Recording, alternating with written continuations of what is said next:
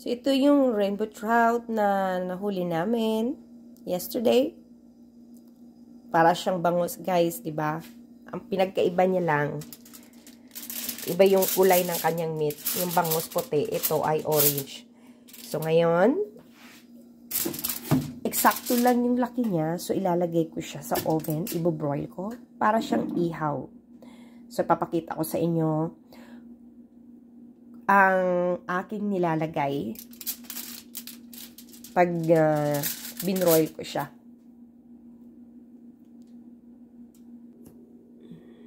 So, ito na guys na malinis na to. Lalagyan ko lang ng asin.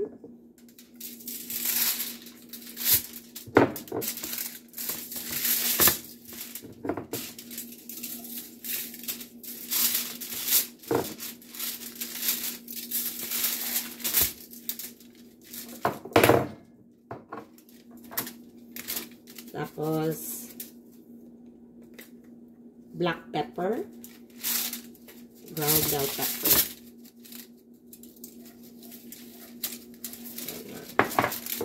I-rub lang natin ng mabuti. Pati yung asin, pati yung sa loob.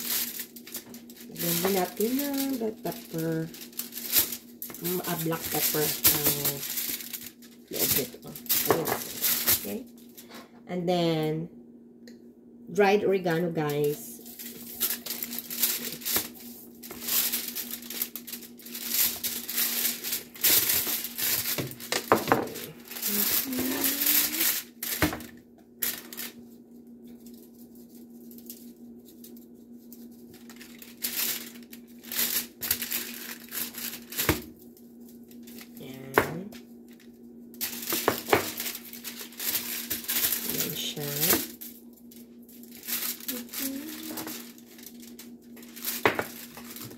More salt. Lagyan po natin yung tiyan ng oregano.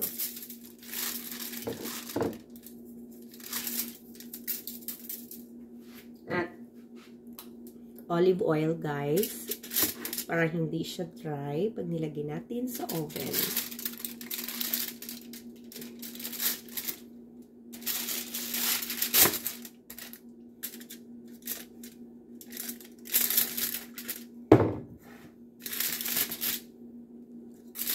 So, yan na.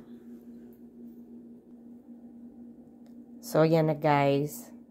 So, ready na ito ang ating isda. Lalagay ko na ngayon sa oven.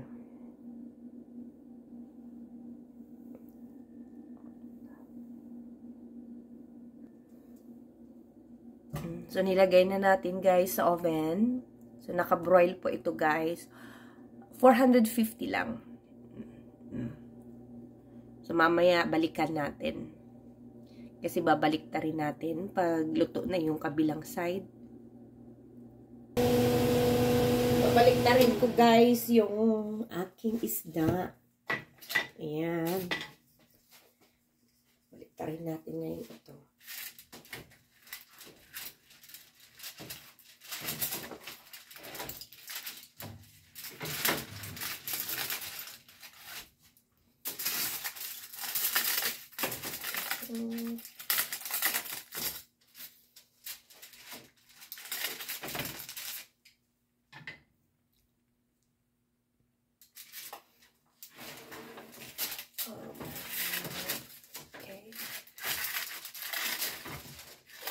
So, ibabalik ko ulit ito sa oven, guys. Para maluto ang kabilang side. So, luto na yung ating trout, guys. Ito na. Ito yung dinner namin. Ayan. Yummy. So, yan. Yan na po ang trout. Ready to serve na po. Thank you for watching.